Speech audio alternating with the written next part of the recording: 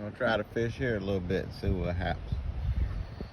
I'll let you know how it goes. I've been fishing in the marsh for a lot here lately and catch a lot of little fish. So my goal was to go to the pier today. So I decided to. I've never tried one of these little creeks like this. And just so happen I got a homeowner that's got a place right in front of one of these little creeks. So I'm gonna try it first. All right, I'll let you know what happens.